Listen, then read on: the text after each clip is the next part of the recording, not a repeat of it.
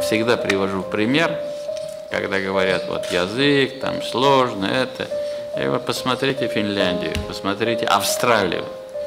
Люди сохранили.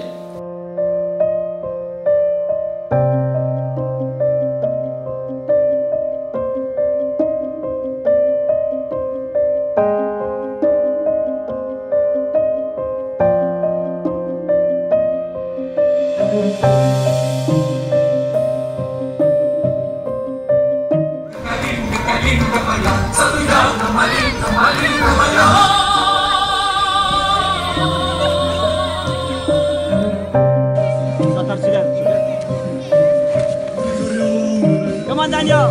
Hey! Daniel, step. Push, Daniel, push.